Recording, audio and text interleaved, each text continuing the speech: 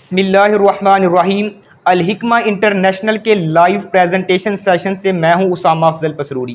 آج ہم بات کریں گے اسلام اور افکار مغرب کے بارے میں کہ اسلام کیا ہے اور افکار مغرب یعنی مغرب کی فکر کیا ہے۔ سب سے پہلے عقائد اسلام ہے۔ اسلام کے جو بنیادی عقائد ہیں وہ تین ہیں: توحید، رسالت اور آخرت۔ یہ اسلام کے بنیادی تین عقائد ہیں۔ اسی طرح مغرب کے بھی بنیادی عقائد ہیں۔ مغرب کے بھی بنیادی عقائد ہیں، وہ بھی تین ہیں۔ سب سے پہلے ہے فریڈم، آزادی۔ نمبر دو ہے ایکوالٹی، برابری۔ نمبر تین ہے پروگریس یعنی ترقی۔ ان تینوں کی آگے انہوں نے وضاحت 5 شکلوں میں کی ہے، 5 چیزوں میں کی ہے، یعنی آزادی، برابری اور ترقی۔ یہ افکار مغرب کے بنیادی 3 عقائد ہیں۔ سب سے پہلے آزادی کیا ہے؟ دینی مذہبی پابندیوں سے آزادی۔ وہ کہتے ہیں کہ انسان کو مذاہب کی جو پابندیاں ہیں ان سے آزاد ہونا چاہیے، چاہے کوئی مسلمان ہے، یہودی ہے، عیسائی ہے، بدھ مت ہے یا مجوسی ہے، ان تمام مذاہب سے اس کو پوری کی پوری آزادی ہونی چاہیے۔ ایسے نمبر 2 ہے فطرت سلیمہ یا من کی پابندیوں سے آزادی۔ کہتے ہیں فطرت سلیمہ یا من کی پابندیوں سے آزاد ہو انسان۔ نمبر 3 ہے اعلیٰ روایات اور اخلاقی اقداری پابندیوں سے آزادی۔ نمبر 4 ہے قانون کی پابندیوں سے آزادی، کہ جو ملک میں جو معاشرے میں قانون رول لاگو ہوئے ہیں ان تمام سے انسان کو آزادی ملنی چاہیے، وہ اپنی مرضی کے مطابق زندگی بسر کرے۔ ہر انسان بذات خود خدا ہو، بذات خود خدا بنائے۔ اور نمبر 5 ہے معاشرت کی پابندیوں سے آزادی۔ معاشرے میں جو پابندیاں یا جو رول لاگو ہوتے ہیں ان پابندیوں سے انسان کو آزادی ہونی چاہیے۔ نمبر 2 ہے افکار مغرب کے بنیادی عقائد میں سے نمبر 2 ہے ایکوالٹی، برابری۔ کہتے ہیں کہ برابری کی، ہر انسان بغیر جنس کے برابر کا شریک ہے۔ ان کے لحاظ سے، ان کے اعتبار سے مرد اور عورت میں جنس کے اعتبار سے کوئی فرق نہیں، مرد اور عورت کو برابر کے حقوق ملنے چاہیے۔ یہ ان کے بنیادی عقائد میں سے ایکوالٹی کی آگے وضاحت ہے کہ ہر انسان بغیر جنس کے برابر کا شریک ہو۔ اور نمبر 3 ہے پروگریس یعنی ترقی۔ ایسے نظریات کے تحت مغرب نے علوم و فنون متعارف کرائے ہیں جنہیں پڑھ کر مسلمان بچہ اپنے ایمان اور فکر و عمل میں سوالات پیدا کرتا ہے۔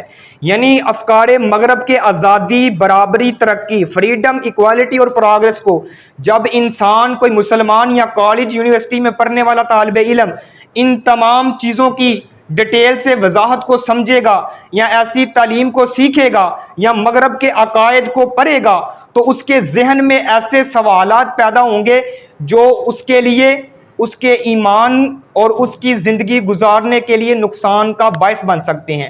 وہ سوالات کیا ہیں؟ جو انسان افکار مغرب کو پڑھتا ہے وہ کون سا مسلمان ہے، کون سا سادہ لو انسان ہے، کہ جو انسان کے دلوں میں، جو جس طالب علم کے دل میں اور اس کے دماغ میں افکار اور نظریات اور سوالات پیدا ہوتے ہیں، وہ سوالات سب سے پہلے یہ ہے کہ خدا کا ثبوت کیا ہے۔ کہتے ہیں خدا کریٹو، خدا کو کیسے پیدا کیا، خدا کا ثبوت دنیا میں کیا ہے۔ نمبر 2 ہے ہم خدا کو کیوں مانتے ہیں۔ کہتے ہیں کہ ہم خدا کو کس لیے مانتے ہیں۔ نمبر 3 ہے خدا ہر چیز کیسے بنا رہا ہے۔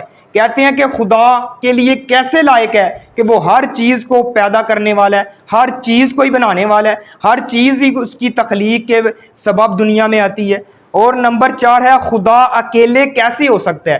وہ کہتے ہیں اس دنیا کائنات کا نظام خدا اکیلے کیسے چلا رہا ہے، یہ کیسے ممکن ہو سکتا ہے کہ خدا ہی پورے نظام کو چلانے والا اکیلا ہے، 2 الہ کیوں نہیں یا زیادہ الہ کیوں نہیں ہے، کہ ایک ہی اکیلا، ایک ہی خدا اس کائنات کے نظام کو کیسے چلا سکتا ہے۔ اور نمبر 5 ہے دنیا میں مختلف مذاہب کیوں ہیں۔ کہتے ہیں یہ عیسائی ہے، یہودی ہیں، مسلمان ہیں، ہندو مت اور بدھ مت، مجوسی ہیں، یہ مختلف مذاہب دنیا میں کیوں ہیں۔ اور نمبر 6 ہے خدائی طاقتیں اسے کیسے ملی۔ کہتے ہیں خدا کو یہ طاقتیں کیسے ملی ہیں کہ وہ دنیا کائنات کا نظام چلا رہا ہے، دنیا کائنات کا نظام چلانے میں اس کو یہ طاقتیں کیسے ملی ہیں، کیوں ملی ہیں۔ اور نمبر 7 ہے خدا کی بیسک شکل کیا ہے۔ کہتے ہیں خدا کی بیسک شکل و صورت کیا ہے، کہ خدا کو شکل و صورت کے ساتھ تشبیہ دیں۔ تشبیہ کا وہ جناب اعتقاد کرتے ہیں, تشبیہ کا سوال کرتے ہیں کہ خدا کی بیسک شکل کیا ہے. اور نمبر 8 ہے خدا جنس کے اعتبار سے مرد ہے یا عورت ہے. وہ کہتے ہیں خدا جنس کے اعتبار سے مرد ہے یا عورت ہے. جب طالب علم کالج یونیورسٹی میں پڑھنے والا افکار مغرب کے بنیادی عقائد کو پڑھے گا, ان کی تمام تعلیمات پر غور و فکر کرے گا, اس کے ذہن میں, اس کے دماغ میں, اس کے دل میں یہ تمام چیزیں, یہ تمام سوالات پیدا ہوں گے. اور کچھ ایسے طالب علم ہیں جو افکار مغرب کے اس تعلیم کے اس فکر سے جناب مرغوب ہو کر ان کی تعلیم سے من پسندی کو اختیار کرتے ہیں, من مانی کی زندگی بسر کرتے ہیں. پھر وہ اسلام کے اندر بھی فریڈم چاہتے ہیں, اسلام کے اندر بھی کوالٹی چاہتے ہیں, اسلام کے اندر بھی پروگرس کی ڈیمانڈ کرتے ہیں. یعنی وہ پھر اسلام سے جو اللہ رب العالمین نے حدود رکھی ہیں اس سے بھی وہ آزادی چاہتے ہیں, وہ مذاہب کی تمام تر پابندیوں سے آزادی چاہتے ہیں. اس لیے ہمیں چاہیے کہ قرآن و سنت کا علم, قرآن و سنت کے علم کو ایسے حاصل کریں کہ ہم افکار مغرب کے ان تمام اصولوں کا رد کر سکیں جو سیکولرزم, الہاد اور طرح طرح کے جدید فتنے اس دنیا میں نشوونما ہو رہے ہیں, ہم ان کا قلعہ کما کر سکیں. ان تمام کا رد کرنے کی وجہ صرف اور صرف آپ عقائد اسلام کو پختگی کے ساتھ اس کی تعلیم حاصل کریں, قرآن و سنت کے اس جناب تعلیم کو اپنے دل میں سموئیں اور اس کو حاصل کریں. آپ پھر افکار مغرب کے تمام بنیادی عقائد کا رد کر سکیں گے. اللہ رب العالمین ہمیں صحیح معنوں میں قرآن و سنت کا فہم عطا فرمائے. وآخر دعوانا ان الحمد للہ رب العالمین.